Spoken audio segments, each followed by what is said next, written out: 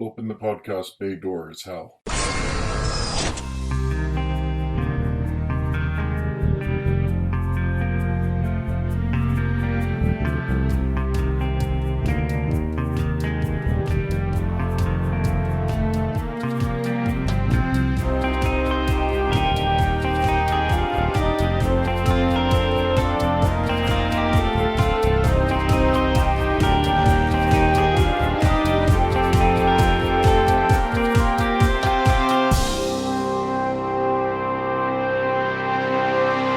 Hello everyone, and welcome to episode 165 of Welcome to Geektown. I'm your host, Kurt Onstead.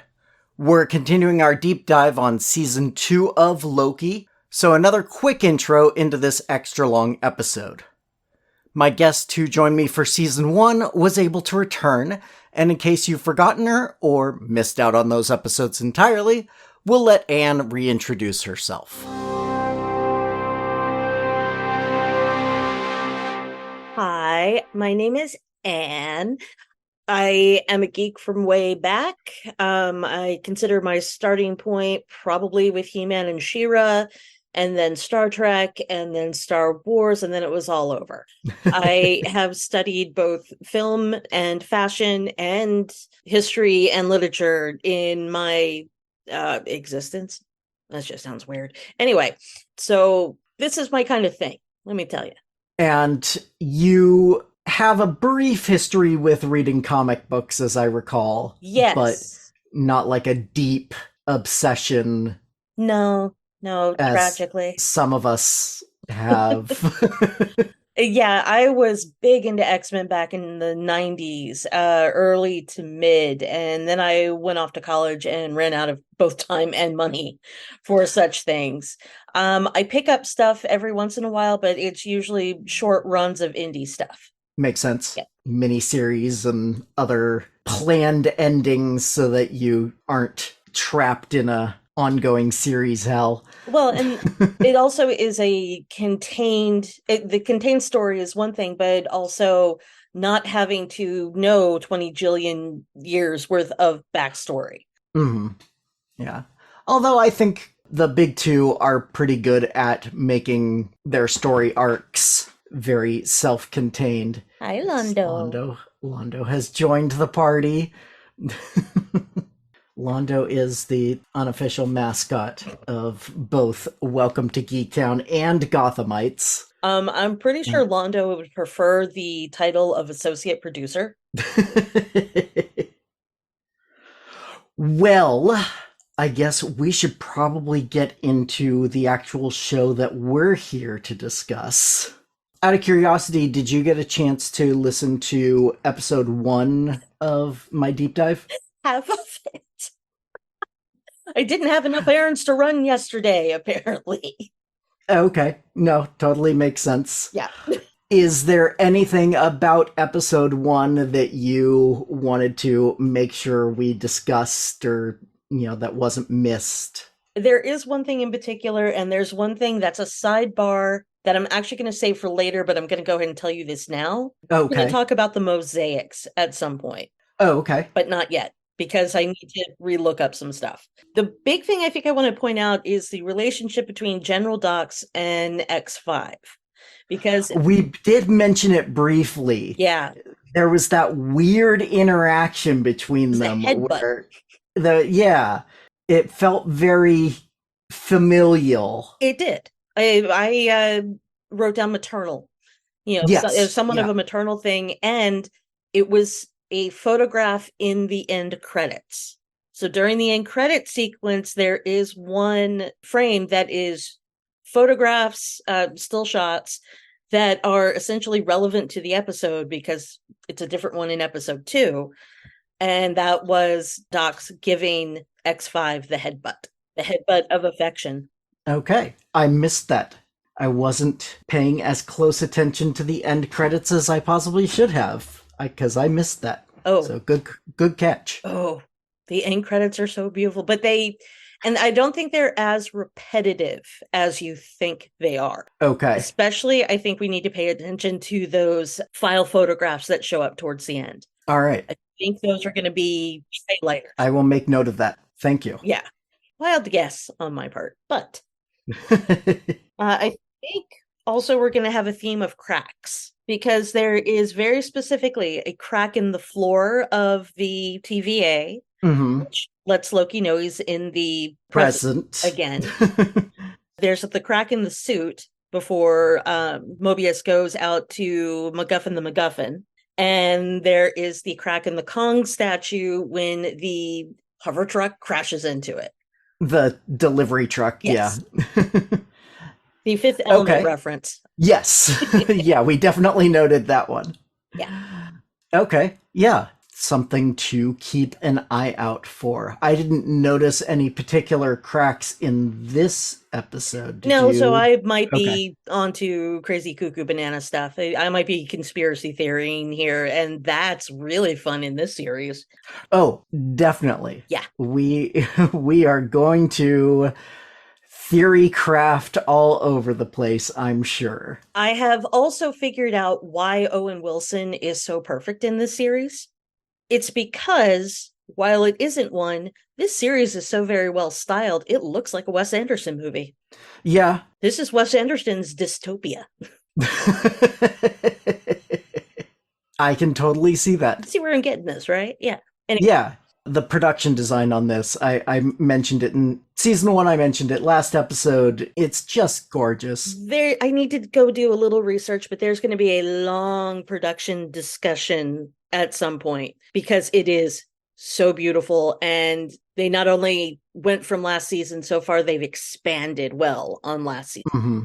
Well, let's start in with the costume design here because we get Owen Wilson and Tom Hiddleston in tuxes as this episode opens. Oh, no. We don't get them in tuxes. We get them in 1977 tuxes. Well, more Loki than Owen, or than Mobius, I would say. I think someone showed up Ruffle Collo and just went, no, just give me the bigger bow tie, the oversized bow tie. And the ruffles on the tuxes are actually a little understated for what they were, which I think maybe the costume design department actually had to make them and couldn't find them. Yeah, Mobius's tux to me looked much more timeless. Yes. Whereas Loki's was very specifically with that ruffled shirt there, very 70s. And sure enough, there they are in London, 1977. 1977. What a year to be alive and in London. Well, 1 out of 2. Yeah, should have been alive by that point, yes. I was 3 or 2, depending on what month it is. I was born. As long as it's after March, I was born. I was born on a cold February day. Well, okay, it was the last day, but whatever. Anyway, now you all know when to send me presents. Now, they show up in an alley, which makes sense so that you don't attract attention from your glowing portal entrance. And there are movie posters in the alley. What I loved about it was that it was like, real world, MCU, let's expand. Yes. Because the first movie we see a poster for is Herbie Rides Again. You know, I noticed that and it didn't occur to me. It is Herbie Rides Again. That's a Disney property. And now of course.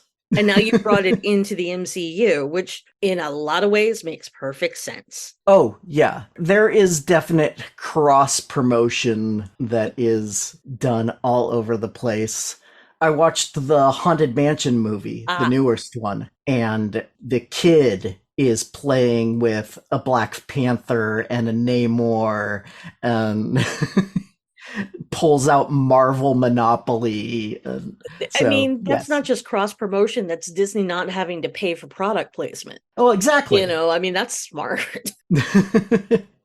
And then the next movie poster we get is an old Kingo film. I missed that one. That's hilarious. So an Eternals reference there, which unfortunately seems to be the only time that they reference the Eternals, other than She-Hulk with a brief little online newspaper article of, hey, there's this giant statue in the sea. What's that for? It was also referenced in Ms. Marvel because mom was a huge fan Huge of fan of Kingo. Kingo, and then Yeah, she was also a huge fan of Kingo's son of course. because it always just Yeah, it just goes through the family. yeah, totally. Yeah, like I said, Kingo is like the main reference we get Hmm. to the Eternals.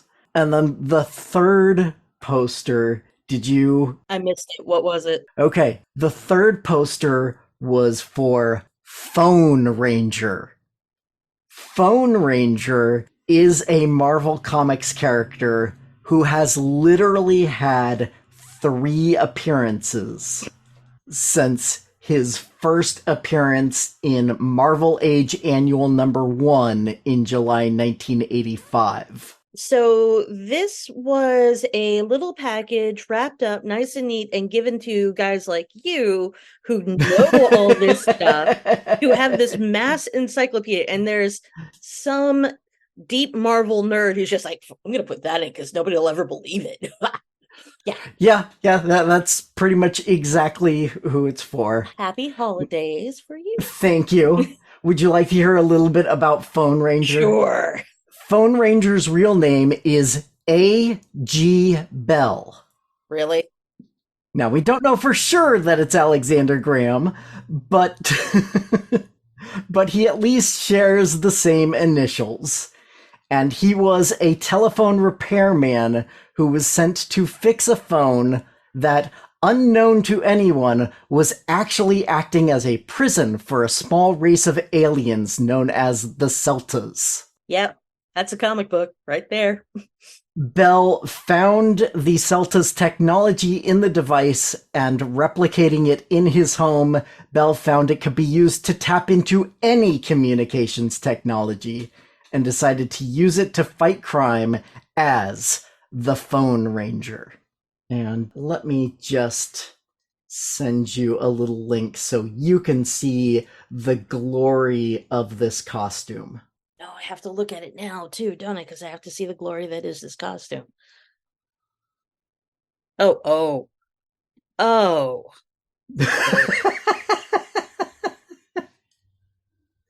yeah. That's a statement right there. Yeah. 85? Really? It wasn't 73? No. Now, he was a joke character. Yeah. So it is a joke costume. I mean, he can't move his neck. No, but that phone did save him from being shot in the head. Well, I should hope so. Yeah. In one of his first adventures, he was a victim of the Scourge of the Underworld, also just known as Scourge.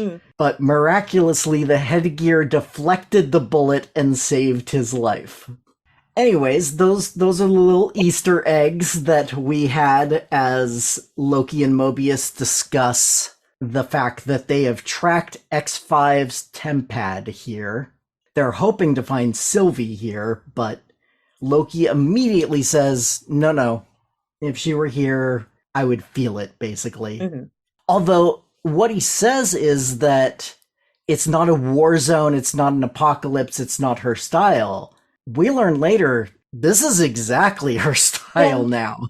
She does not want to live in a war zone or an apocalypse. I mean, she never did. Yeah, those were... Never wanted to live there. She lived in war zones, apocalypses, and chaos because she had to. Right, because it hid her Mm-hmm. elseworldness. Yes. To Otherworldliness? to use the other comic book companies.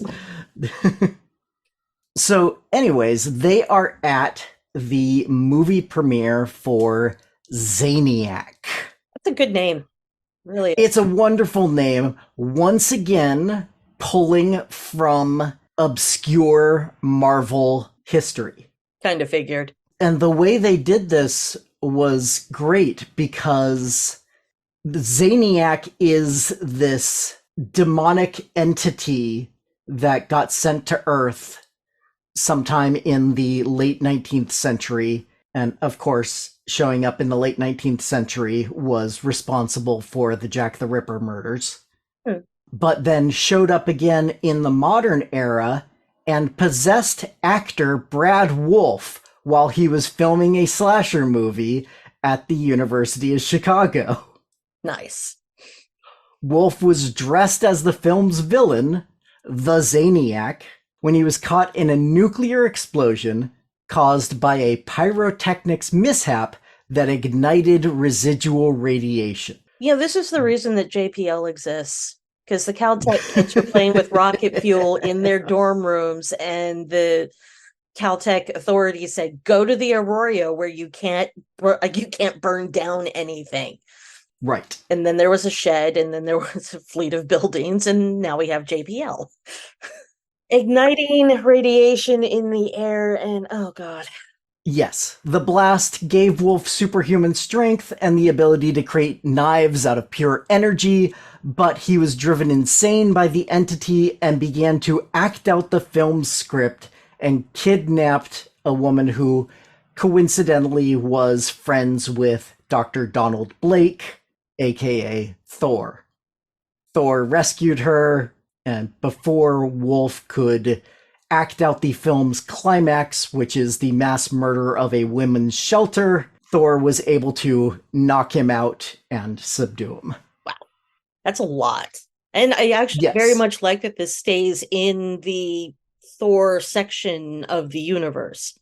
Not only does it stay in the Thor section of the universe, but Zaniac shows up again when a one-time foe of Thor, Thug Thatcher, broke him out with the intent of using him to kill Jane Foster. Yeah. Once freed, Wolfe murdered Thatcher's ex-girlfriend Ruby and was shot dead in retaliation by Thatcher's henchmen. Upon Wolfe's death, the Zaniac entity, the demonic force, burst from its host and infected Thatcher, who then went to Jane Foster's house and killed her. Thor then teamed up with a Time Variance Authority agent named Justice Peace, and they prevented that timeline from happening in the main universe and made it an alternate branch. So this is very tied up. Yes. Wow, that's impressive. Yeah, they really went all out on putting this in the TVA world here. But fortunately, we don't have any of that to deal with in this story. We just have Brad himself. I don't know why him being named Brad Wolfe, I think, is hilarious for some reason. I don't know why. I cannot put my finger on it. It is just so it feels 70s action star. It feels smarmy. And I'm not sure why. Well, I mean, he doesn't help when he shows up, checks his pompadour, and, basically finger guns his way into the theater. Yeah, I mean, the name screams douche, and he lives right up to that name. Yep. I do love that they include the Bridget Bardot rumors. Bridget Bardot was, the it girl of the late 70s. Oh, of course, yes. She was hot, she was French, she was usually naked in her movies. Okay. Were there any specific rumors? I believe she was regularly connected to the newest, hottest guy around. Okay. I don't remember any specifically, unfortunately. Because I don't follow that kind of gossip. What kind of girl do you think I am, Kurt? Well, and did you follow that kind of gossip in 1977 when you were less than a year old? No, I did not. Now, Loki and Mobius have no trouble getting into their premiere event, which, as someone who's been to those, I know for a fact that's actually a task. So, and like you own the place, like you know what you're doing, you can do anything. Yeah, fair enough. Especially if you look like Owen Wilson or Tom Hiddleston. Exactly. And Brad tries to run as soon as he is confronted. And I love B-15's costume here. Oh, that was pure, beautiful Black Pride disco. Yes. You know, all of it, from the head wrap to the draping of the bright orange dress. I mean, that was all very much within the remnants of the Black Power movement and the time of the disco era. Mm-hmm. I mean, we're in London, but still. Yeah. Punk hasn't quite taken over the London scene yet. It hasn't destroyed disco. Disco is still going. Punk was never very mainstream in of itself. By 77, punk bands are kicking around, which we'll see very shortly. Right, yeah. I think Nevermind the Bollocks is 77. That would be the Sex Pistols' only album. October of 1977. So the scene is there, the recording might not be. Right, yeah. I will mention that the chase scene that happens between Brad making a break for it and the finding the punk fight was a little long. It was a little long, but I thought it was well done. Oh yeah, it was beautifully done. But it was kind of like, can we get there? And I liked his pulling out the other time device to teleport himself away when he gets trapped behind the fence. He's like, backup plan. So, well thought out. Everyone's acting to the top of their intelligence here. But you've alluded to it already. In my notes, I referred to them as ruffians or possibly hooligans. I think you have two distinct groups here. You have their guys in ties and like pleated pants, and then you have guys who are clearly in early proto-punk. So I think those two are about to have a confrontation when Brad pops in and things get even weirder. Somebody calls somebody rude boys, which I know has a meaning, but I'm not exactly sure what. Well, so they were specifically calling Brad a rude boy. Okay. Yeah. Now, there's a moment later where Brad pulls out the pipe and starts swinging, and at least one of these guys is an illusion. Do you think the entire party was an illusion there, or what? I actually think the entire party was an illusion, or maybe that was my thought as well. 3 guys that Loki could freeze, because everybody freezes not too long later.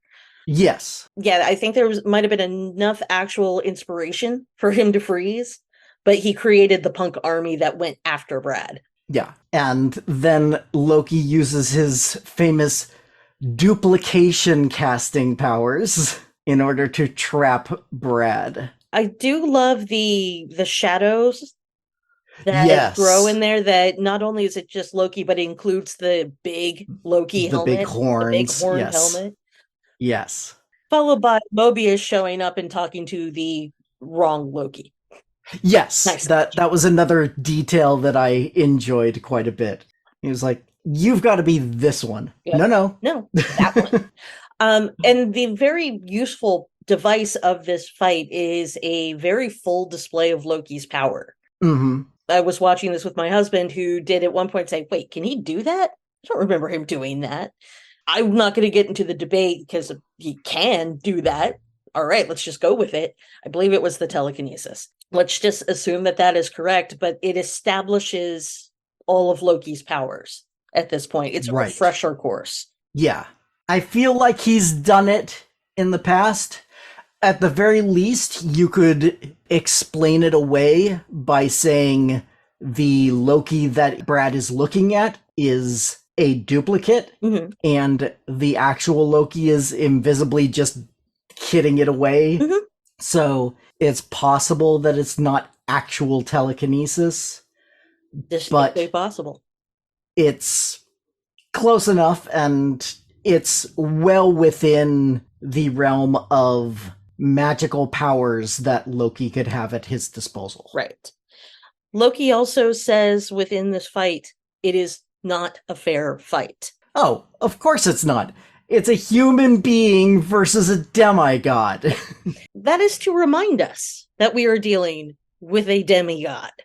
And we are also dealing with a morally gray at best demigod. Absolutely. Yeah, we'll get into his morals and where he falls on the alignment chart right now in a little while. But yeah, they obviously take care of X5 with very little issue and head back to the TVA. And B-15 was actually the one who got the TemPad away from X5, and it has apparently been altered in some way. Exactly. And of course, their first thought is, well, let's go have OB check it out. How do you feel about OB? Oh, he's adorable, but maybe that's just because it's Huey Kwan, who is just adorable. Absolutely. Yeah, no, I'm enjoying OB very much. It's the part that I'm pretty sure the part was written for him. It might have been established, but then it was rewritten for him to suit his performance. And it's always the mechanic at the bottom of the well of existence who actually knows what's going on. I love that this is the guy who wrote the manual that nobody reads. Of course, the guy except for Casey, because there's always the guy who has read the manual and understands it. Yes. It's a trope somewhere along the way. Like the main character is going, this reads like stereo instructions, which is a line from something I can't remember what. Beetlejuice. Okay, that makes perfect sense. The handbook for the recently deceased reads like stereo instructions. Okay. And then there's the person who can just go, oh yeah, okay, connect slot A into tab B, and yeah, it'll be fine.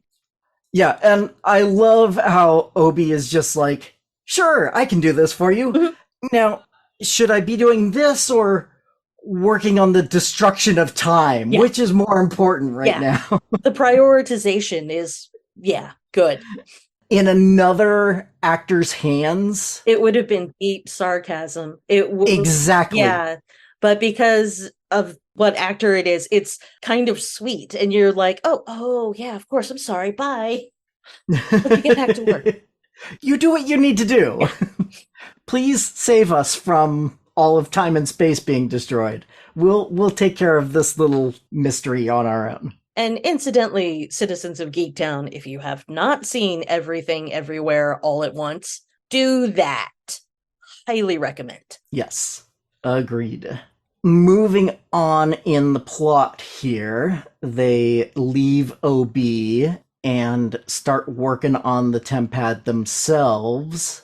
And meanwhile, Casey has been working on his own little project of trying to track down Ravonna. Yes. And having absolutely no luck yet because Casey says it is looking for a needle in a haystack, and I noticed that at least Casey knows what a needle and a haystack are at this point, because this is true. Did not know what a fish was last season. Yeah, he has gotten a little more worldly since his first appearance. Or it's what random stuff does he know, or what random stuff doesn't he know, or hey, writers, pay more attention what you do with your characters.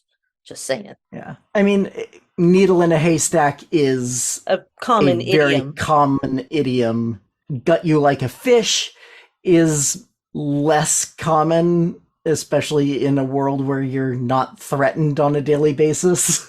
Or don't have fish. I mean, there's no evidence of bodies of water within the TVA.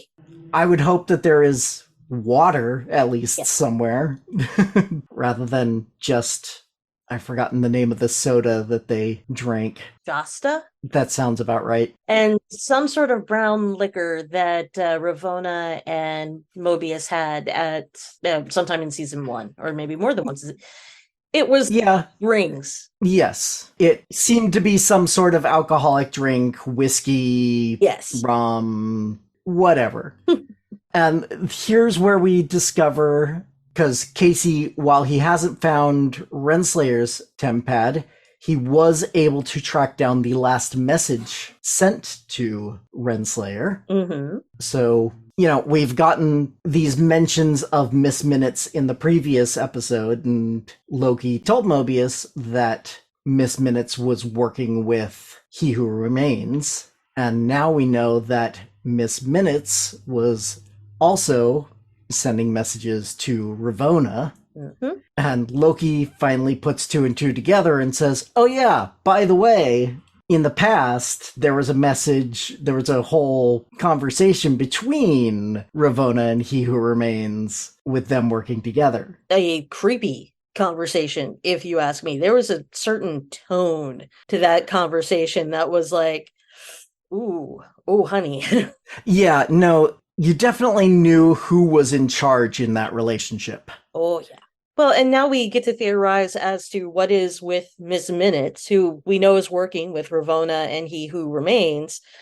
But well, I think she's remembering the last episode of last season. She was working with He Who Remains, and she gave some information to Ravonna from He Who Remains as that last message. Yeah. So I think she's trying to get the two of them back together, basically. I think you might be right. I'm theorizing, I know Casey refers to her as a rogue AI at some point, but I think she's more than a rogue AI.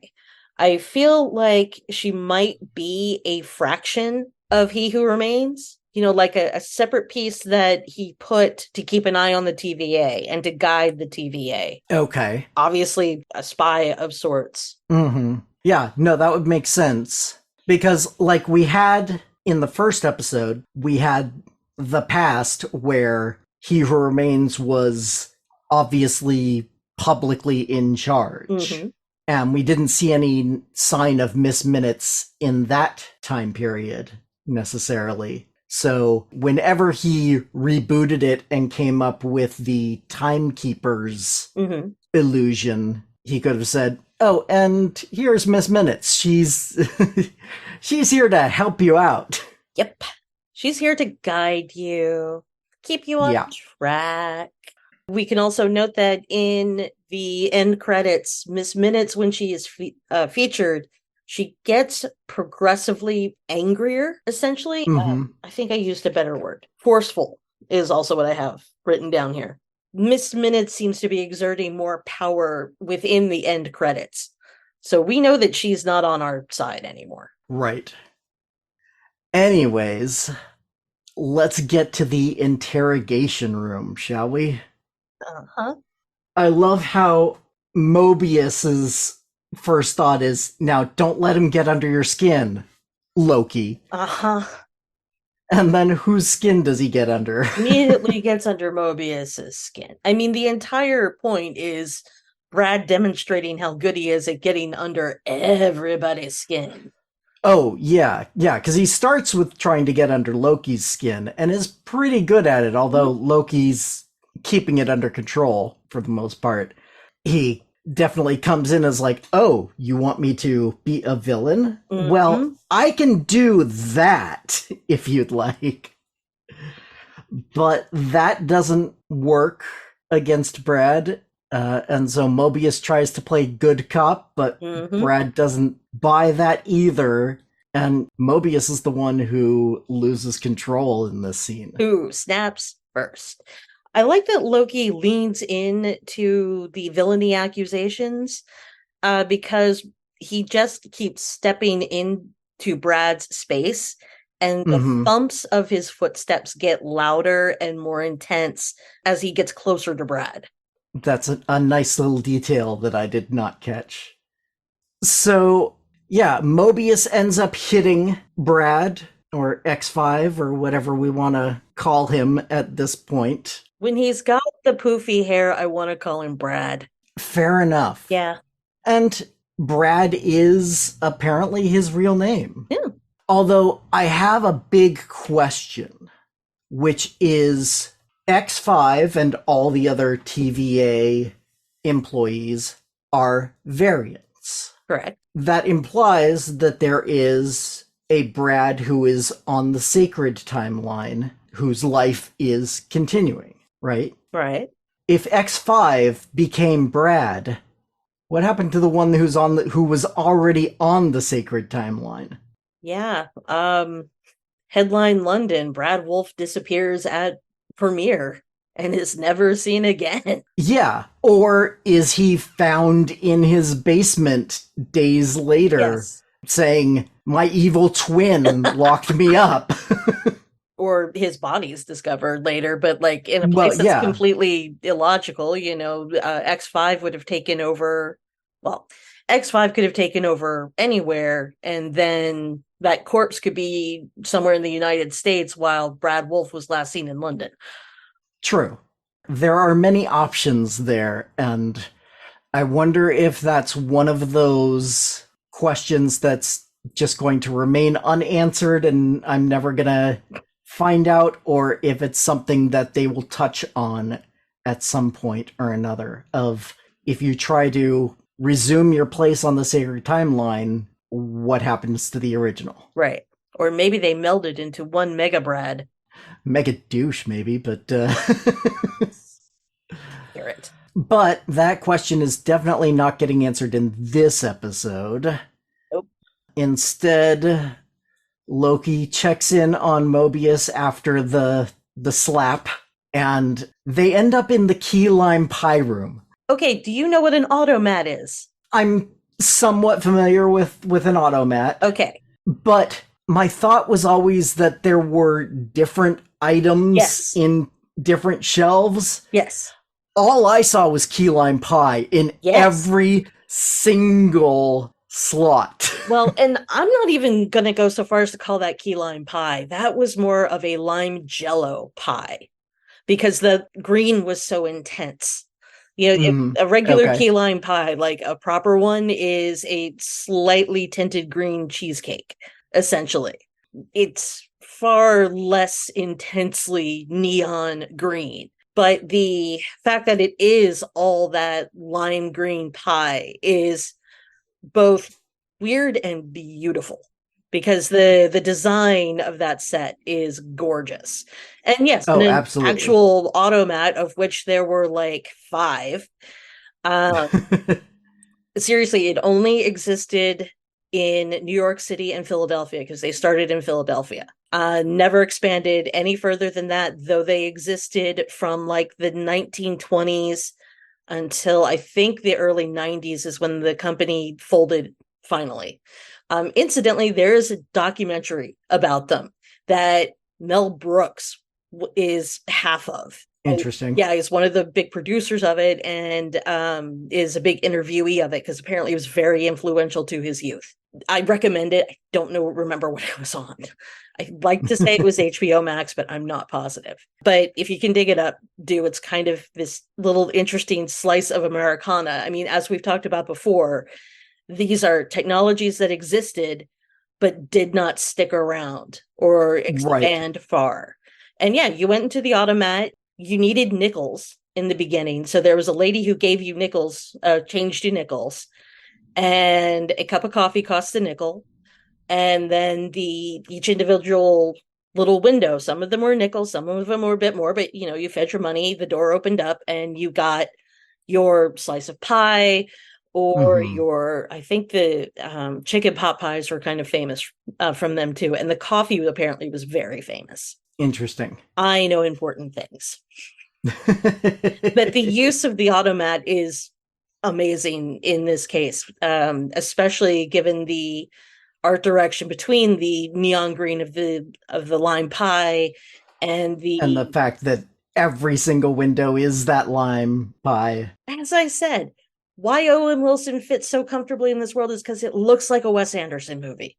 And exactly. The automat specifically, Wicked looks like a Wes Anderson movie. But yeah, the powder blue and white of all of the furniture, and beautiful. Right before they get to that room, or as they're walking in, is my favorite exchange in the episode, where Loki says, "I was following you." "No, I was following you." "Mobius, you were clearly ahead of me." There is a scene in, I think it's 2nd season of West Wing. I remember this. No, I remember this. It was Josh and Rob Toby? Lowe. No, not Josh. Yeah, it was Josh and Sam. Yes. And they are walking side by side, talking to each other, and they have this interaction of, "Where were you going?" "I was following you." "I was following you." Okay, let's never tell anyone this happened. Yes. Well, and in Loki, there is a lot of walking and talking, which is something that West Wing specifically and Aaron Sorkin's work broadly has been noted for having a lot of walking and talking scenes. Oh, yeah. So, yeah, it fit, but I loved the twist on it of Loki pointing out, no, you were in front. Yes. We can't do this. You can't say you were following me when you were clearly 2 to 3 feet in front of me the entire time. No, that's a good cop. Clearly, Mobius wanted pie. Apparently. I can't blame him, you know. Well, I mean, I would prefer a different kind of pie if I was given options, but apparently there were no other options in that room. I gotta say though, do you think there's a banana cream pie room for me in there somewhere? Maybe there is. Let us hope. But I think actually the reason for the lime pie might be it's refreshing. That whole room compared to the rest of the TVA is much cooler than in color in That's true. The most of the TVA is oranges and browns and yellows. It feels like there's kind of a sepia over the lens of the camera. So it may have been the point of that whole room is the cool down and refresh room. Yeah. And speaking of all the failed tech and such, did you notice that they were eating the pie with sporks? Yes, I did. You can get those at Crate and Barrel, by the way. Silver, like actual? Yep. Nice. I believe it's Crate and Barrel. Some friends of ours got us a couple for a bread and butter gift after they stayed with us for a little while.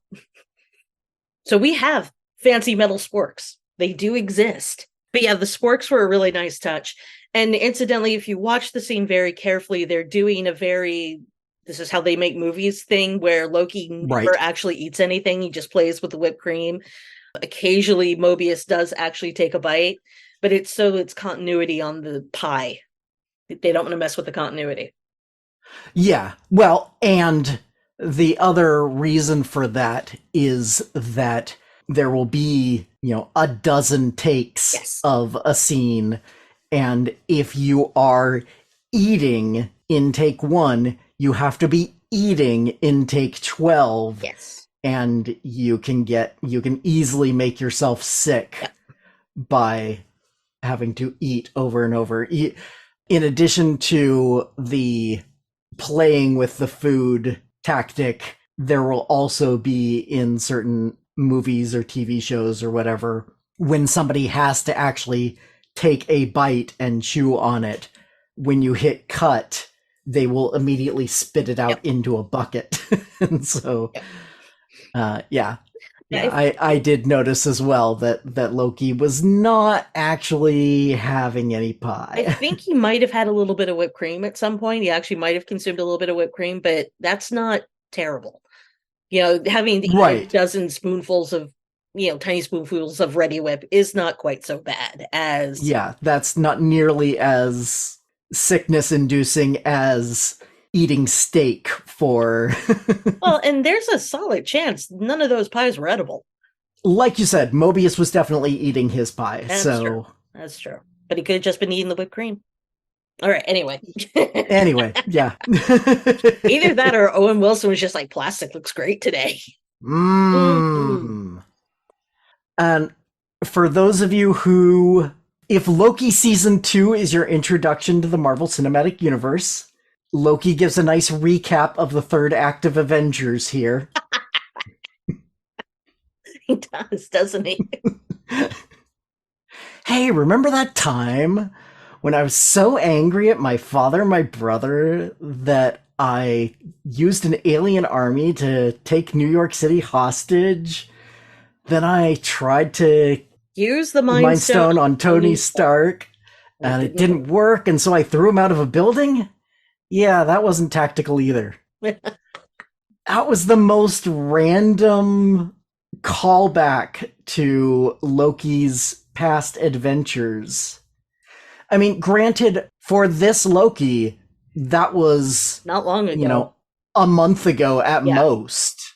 So it's not that far back that he's calling back to for him, but it still felt a little weird for him to just bring that up out of nowhere. It didn't feel as organic as some of the other It did not dialogue. feel as organic, I'll grant you, but he was talking about, being tactical with Brad, or Mobius was Right. talking about Yeah. being tactical with Brad. And Loki points out, well, sometimes you aren't always tactical. Things happen. Occasionally the guy gets under your skin. It happens.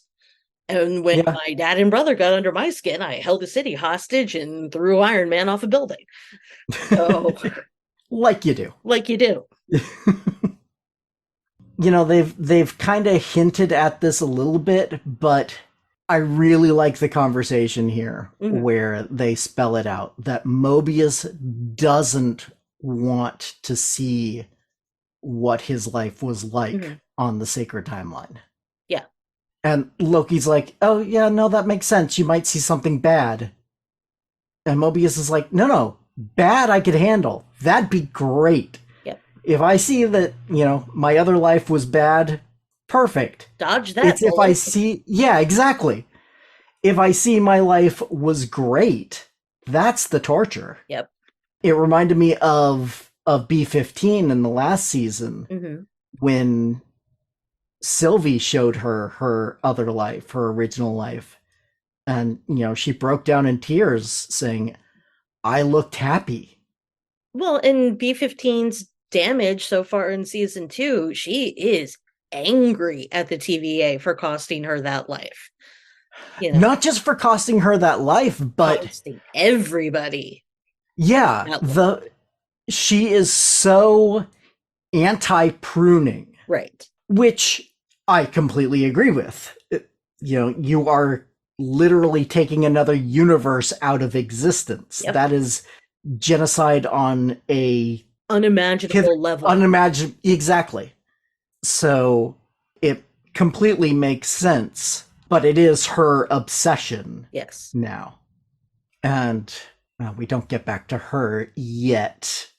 Instead, we get back to OB.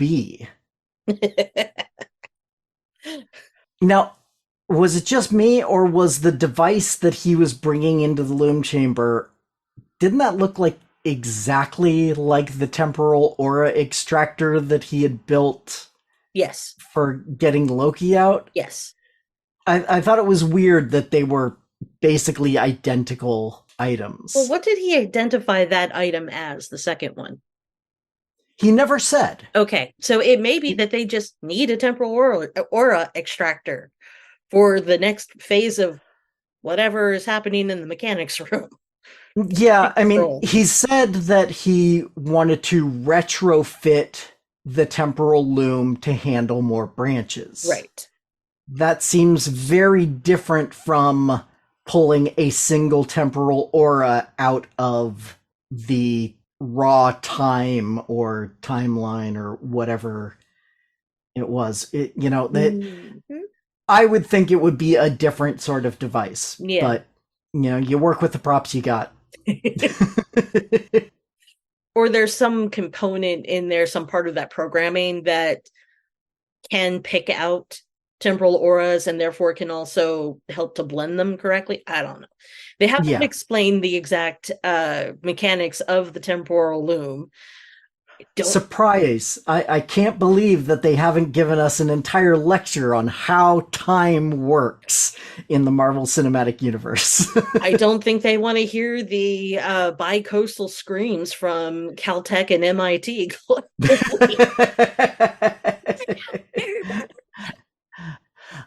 It's as if a million nerds cried out in pain and then were suddenly silenced. But unfortunately, this is when OB learns that he cannot reopen the blast doors because he does not have the right temporal aura to get into the program again. Yeah. His fingerprint or retinal scan does not work. No. Who's above OB in the creation of this, past or up to he who remains? Well, they call it out later. They say specifically, either He Who Remains or Miss Minutes. Yes.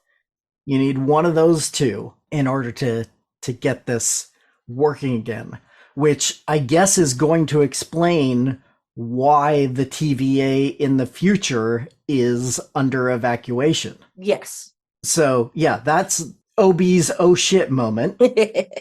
And then we go back to Loki and Mobius working on X5 again and bringing in. At first, I thought it was like a shredder or, it. I flashed on Fargo. I thought it was they were going to put X5 in the wood chipper. Yeah, exactly. There we go. Yep. Wood chipper. Wood chipper. That was my first thought especially when Loki starts it up using like the pole chain on that. Maybe it's all the tubing that's in the room. I thought it was some sort of like vacuum device that would just suck the truth out of his head or something to that effect. But yeah. And shout out to the cinematographer on this, because that is the one that's the opening shot of Brad lying on that gridded floor, lit from underneath. Yes. And then it's Mobius and Loki coming in upside down from Brad's perspective. And then the shot twists. It's beautifully done. As Brad is turning himself right side up. Yeah, that POV shot was great. Yeah, that's some excellent directing there. And let us note also that Brad knows too much, because he's got a lot of detail on Loki. But I read your file. I guess that has all the detail ever. But I feel like Brad knows too much. Well, I think a lot of the TVA was obsessed with Loki and Sylvie recently, and so everybody was reading the files in detail. Yeah. Yeah. And if you just look at the sacred timeline, Loki has done a lot of important stuff on it. Oh, yeah. Yeah. And as we learned in season 1, there are many variant Lokis that they've had to hunt down over the years, so... Including a gator, and a big old monster, and a Tour de France winner. Yes! That was my favorite of them. With the Loki name badge on the front. Yeah. Oh, man. I rewatched season 1 right before season 2 started to make sure it was all fresh in my head. And I did back in August, and I'm not sure why August. It was probably just as well, because my September was a zoo. So, Well, yeah, I know you were out of the state for a lot of I was September, out of the state twice. So, yeah, no, makes sense that you do it while you're still in town and don't have to worry about finding a device with Disney Plus on it. Well, let's get back to the show, shall we? Now, I don't know about you, but I saw through this ruse right away. Yeah. As soon as Mobius walked out the door, I was like, oh, this is both of their plans and has been since they walked in. Oh, yeah. Yeah. Mobius said somewhere in the automat, you're the god of mischief, let's make some mischief. Right. And then when they're doing this little one-act play, Mobius is screaming from the other side of the door, this is not the kind of mischief that I was talking about, to give the audience a little bit of that good time agent, bad time agent. Yeah. Yeah, trying to make us believe that Loki is acting out on his own, but right. I didn't. Nope. No. Especially since locking the door from the inside. Guys, that doesn't make sense. That's true. That's true. You do not want a prison door to lock from the inside. Or unlock from the inside, more specifically. It's just like... Well, yes. Either way. Anyway. I love that it's like a giant vault door, too. Yeah, I kept having submarine vibes this whole episode. And I have to applaud the special effects here. Yes. The trapped in a box, because it looks like it's made of light. It very much does not look like something that is real or, physically there, but there is something. See, I felt like it actually felt very solid, but I also noticed the texture on the amber of the box. Mm-hmm. There's texture there. It looks like scrapes and scratches. Yeah, but it's also lit from itself. Yes. It is, it is made of energy. Yes. It is, yes, it looked like a physical thing, but at the same time, it felt like it was made out of energy, and it didn't look like something that we could make in the real world. Yeah, absolutely. And it also still had the wear and dinge of the TVA. Exactly. The stepping, yes. the scratch marks, amberness of it, it is still fits very much within the TVA aesthetic. Yes, it had that 70s vibe to it. Hey, Brad, you're getting squished by a refrigerator. And the fact that, if you had done this same scene 20 years ago, or maybe even 10 years ago, it would have been cut to Loki messing with the controller, and you cut back, and Brad is in a smaller box, but you would never see the box shrink. It would be a shot of Loki with a sound effect of the box shrinking, and exactly cut to Brad in the smaller box. Yeah. The fact that they could make that box shrink and move and float and all of that was impressive. I really hope they do a Marvel's Assembled season 2 of Loki that shows some behind the scenes on that. Did they do season 1 for Loki Assembled? Yeah. Okay. I don't think I've watched it. I should dig that up, because I'm guessing they talk about the art direction quite a bit. Or is it not enough? Oh yeah. I'm going to be going, no more. But the good time agent, bad time agent does work this time, and Brad agrees to tell Loki where Sylvie is. Yes. He only has to, almost get squished in an amber box. Well, yeah. Did it make you think of a Dungeons and Dragons monster? It kind of made me think of a Dungeons and Dragons monster. I think it's because I've run into too many gelatinous cubes. Well, having seen the Dungeons and Dragons movie and the gelatinous cube in there, it's a very different look. Yeah. So I didn't think of that specifically. I mean, I literally thought of a fly trapped in amber. Yes. Oh yeah, that's accurate. We know from the end of last episode that Sylvie is hanging out on an alternate branch in lovely Broxton, Oklahoma in 1982. Is that the one that's in the books? Because we talked about it last season. Yes, we did. Okay. Yeah. We did mention that last season, and I did bring it up last episode, but you didn't make it that far, so it's understandable. Okay, good. But yeah, Broxton, Oklahoma is the same city that Asgard ended up floating above in Straczynski's run on Thor. I doubt we'll see anything like that in this show. I think, like many of the other Easter eggs that they are using here, like from the the comics, Ranger.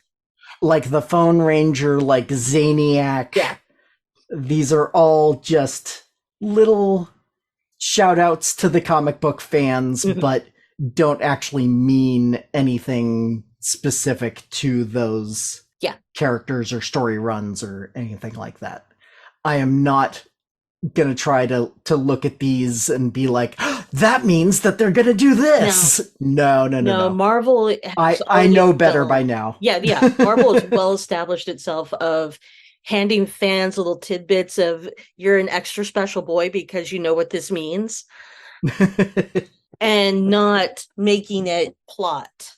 So yeah, we do finally get the admission from X5 or Brad here, and then it cuts back to OB, Casey, and B15.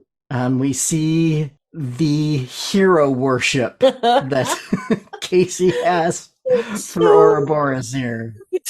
and Obi appreciates it so much too, which is so Oh nice. yeah, it's so wholesome. Followed by B-15 going, yeah, wait, did you say we're all gonna die? Yeah, you were rushing in here saying we're all gonna die a minute ago. Let's stay focused on that. What's going on here?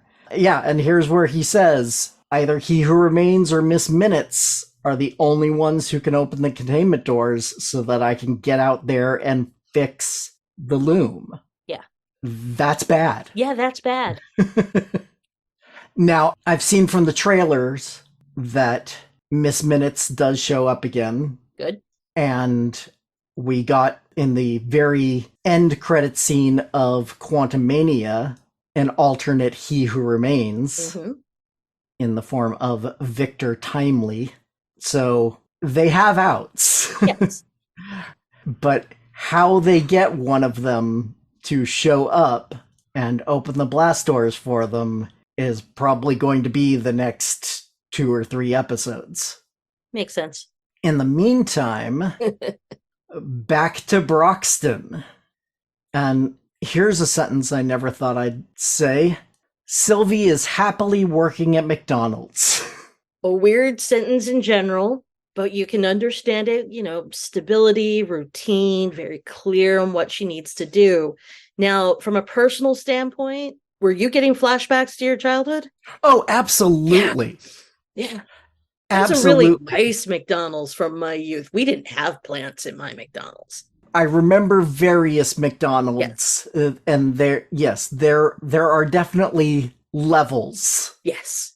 The nicer McDonald's had the play place, and this one has that big tree thing on the wall. So this is definitely one of the nicer McDonald's. Sylvie is working at McDonald's, and Loki shows up, and boy, it's awkward. Yeah, it is really awkward.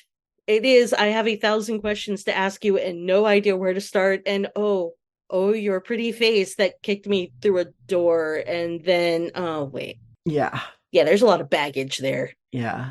It's rough seeing your ex the first time after they've dumped you. Through a door in time. Yeah, literally pushed you through a door saying, nope, never gonna see you again. Bye. But Sylvie at least is willing to take her break and hear Loki out a little bit here as he recaps last episode for us. Meanwhile, we get Brad and Mobius bantering. The shot on this is really great, that it's just this 2-shot that stays still for the most part. Followed by I got you a shake. Drink your shake. And Brad just twitching the whole time.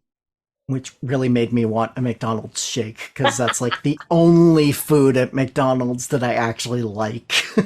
Food is such a strong word. It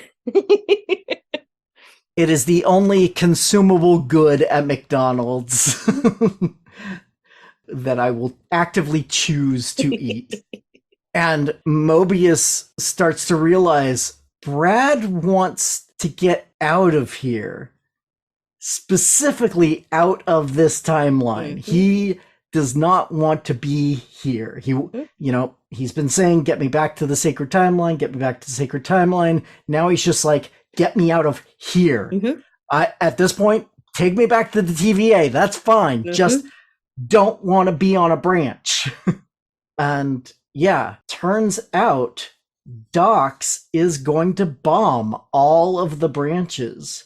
Before we get into the Dox bombing, I do want to make a note on Sylvie's clothes outside of her uniform. McDonald's uniform, very accurate to the time period. But when they're on break, she's got the single ankh earring, which I found was really interesting, and the houndstooth coat that she's wearing. I think she's had the single ankh since the beginning. Has she? Normally her hair was covering it, but I do remember seeing it in season 1. Yeah. Briefly. Okay. So I think this is a thing that she's had for a while. Okay. But yeah, it was very noticeable in this conversation here, and I did like the green houndstooth coat. yes, it very much calls to her original outfit, but in a modern for 1982 sort of sensibility. It's not only modern for 1982, it fits proto-goth, the early goth look. Okay. Yeah. Which you can easily see Sylvie Makes perfect or sense for Sylvie. any Loki really. So yes, Doc's bombing the sacred, not the sacred, bombing the No, branches. not the sacred timeline. Not the sacred that was timeline. Sylvie's plan in season 1. Yes. I found it interesting. It's very much a mirroring of season 1 because Sylvie takes all of those reset charges and bombs the sacred timeline and causes all of these new branches. Right. And then Dox goes and uses that same technology to prune all of those branches, leaving from the view that we see on the monitor, there's 3 branches left or something like that. Yeah. It is serious pruning. Yeah. Although my question is, does that buy them time for fixing the loom? It seems like it should, because now the loom is no longer on overload. Right. I mean, that was OB's first suggestion last episode was we have to prune all these extra timelines. Right. And, it was B-15 saying, no, we can't do that. It would kill billions of people, it turns out. Yeah. So, understandable her objections there. But this seems like it would now maybe not solve the problem, but at least delay the worst of it for a while. But I guess we'll have to wait till next episode to see. Dun, dun, dun. But it seems like a good theory. Now, did you know what building they were in with the fight with General Dox? No. My husband called this out because I would not have known. I did look at it and go, good job, Chet. Kind of a weird building. It looked very specific. It did. It is a blimp hangar from when they were doing the rigid airships, like the Hindenburg. Right. And there are only a handful left, and one of them is in the U.S. somewhere in San Francisco, outside of San Francisco. It's like a Boeing test area facility that they have one of these. But yeah, that was a blimp hangar that they were having that fight in. So once again, we have the TVA using technology that existed but didn't really stick around. Makes total sense. They never call out like where or when they are for that fight. The impression I got was that it was World War II or earlier, but that was purely given the cots. I know that sounds weird, but the style of cots that were in the hangar, they were all wood, they were all canvas, there's a bit of leather. I just spoke to a design that was pre-World War II. Okay. Yeah, I would totally buy that. But it's not important to the story. It's not. What is important to the story is that Loki, Sylvie, and Mobius attack. And in this scene, because you didn't finish the first episode of my deep dive, you may not be aware of the special counter that we have of Loki's hair flips this season.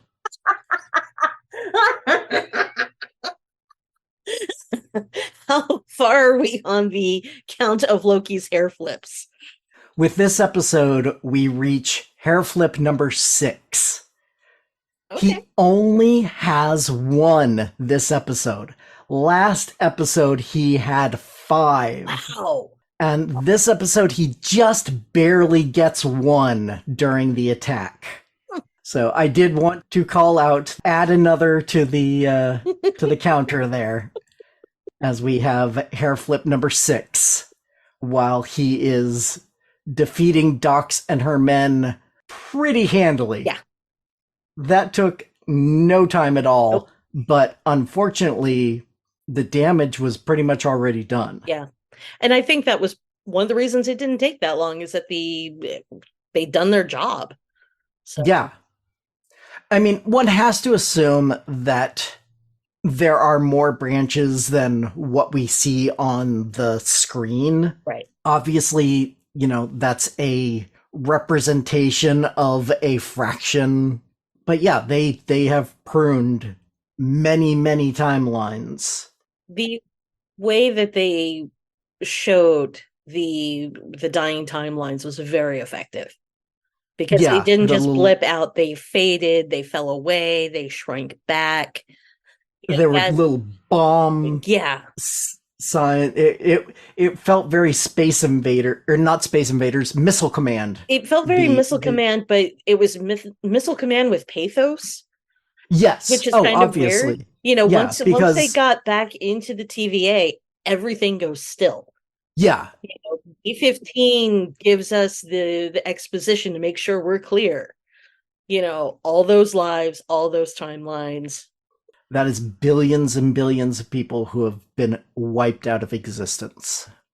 But the one bit of good news in there is that reduced the haystack Yes. quite a bit, and Casey was able to find Renslayer's Tempad, Mm-hmm. which I assume will lead us into next episode. But before we get there, Sylvie once again tells everyone what a horrible job they're doing. And Loki basically begs her to stay, but she's not having it. Nope, she punks out. And Loki says as the door closes, it's harder to stay, which I thought was an interesting line. But totally makes sense for where he is Yes. in his journey at this point. He has made a choice. He is working to fix things and make things better. Mm-hmm. Meanwhile, Sylvie, fortunately for her, the branch she chose was not one of the ones that was wiped out. Yep. And Sylvie is back on her branch, but she pulls out He Who Remains bracelet control. Yeah. I love the beautiful shot and setup that they had at the beginning of this. She's sitting on the hood of her big old Ford Ranger and watching the stars, listening to Janis Joplin's Cosmic Blues, which very nicely used here. And, great needle drop on that. Saying goodnight to her manager, who is a teenage kid. And she checks to make sure his mom is coming to get him. Yes. It's so cute. She has her own matronly vibes here with her relationship with Jack. Her manager. Yes, her manager. I would love to see like a little, one-shot kind of scene where she enchants Jack to provide all of the paperwork she needs to get a job. Yes. Because she has no ID. I don't think she has an ID or a social security number or any of that. Yeah. So how she got a job at a major corporation, that's going to take some work. So you don't need my paperwork. Yeah, basically. That would be a fun scene to see, but not necessary to the actual plot of the show. So, of course, we don't get it if we don't need it. And that's where we end our episode. With a couple notes on the credits. I watched the credits really carefully for some reason. It was my first time I noticed TVA soup as an option. They have a switch. I did notice that coffee, last hot chocolate, episode. Yes, TVA soup. What is that? It's not good. And in the photograph, it's like alphabet soup, but it just has T's, V's, and A's. Yeah. The only word you can spell is vat. Or ta-ta. Okay, then. And we get in the file photos on this one, Brad Wolf's headshot, which I thought was funny. And of course, Miss Minutes becoming increasingly angry and forceful with each image of her that's shown. And this episode, because I wanted to know what the song was on the radio, I'm good, but I was not that good to recognize Janis Joplin's Cosmic Blues. I knew it was Janis Joplin. So did I. Yeah. I had to look up the specific song, Yeah. though. She has a very recognizable voice. So I watched through the black and white credits, and I took note of how big the spread was for props, sets, and costumes. How many people are working in those departments to make this show look so damn good. They're doing a great job. They really are. And given the names that appeared in the credits, they're doing a great job over multiple countries. Because there were a lot of probably Romanian names or Hungarian names. Oh, okay. Somewhere in Eastern Europe. Yeah, which is not unusual for shoots, and they're probably getting hold of old communist artifacts to use as props or as sets. Oh, yeah, the loom room, all of the computer stuff for the TVA fits that aesthetic very nicely, so that makes total sense. The TVA has not only that 70s technology vibe, but for some reason it just says communist to me. Somewhere in Russia or any of the Eastern Bloc countries from the 70s. I'm not exactly sure what it is, but something about it just says this is communist technology and styling. The mosaics, which again I want to talk about in more detail later, hopefully there'll be more reason to, but those are very Soviet bloc styling. They have both found and destroyed ones in Ukraine during the most recent war that they got uncovered, but they got uncovered because it was a site that was bombed. Yeah, sadly. So yeah, just saying, shout out to all the IATSE workers who are busily making this look gorgeous. Absolutely.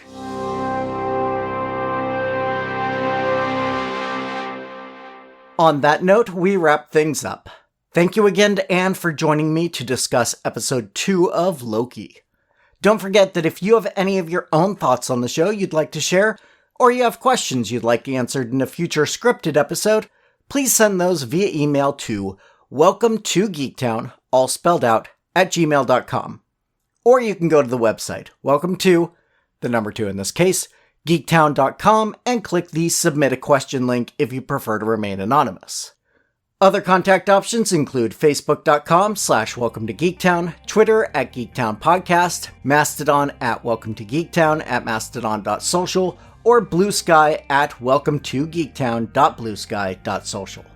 Also, if you'd like to support the show directly, why not become a patron at patreon.com/welcome-to-geektown for just $1 per month to get access to full scripts of the shows, audio outtakes, and a monthly shoutout.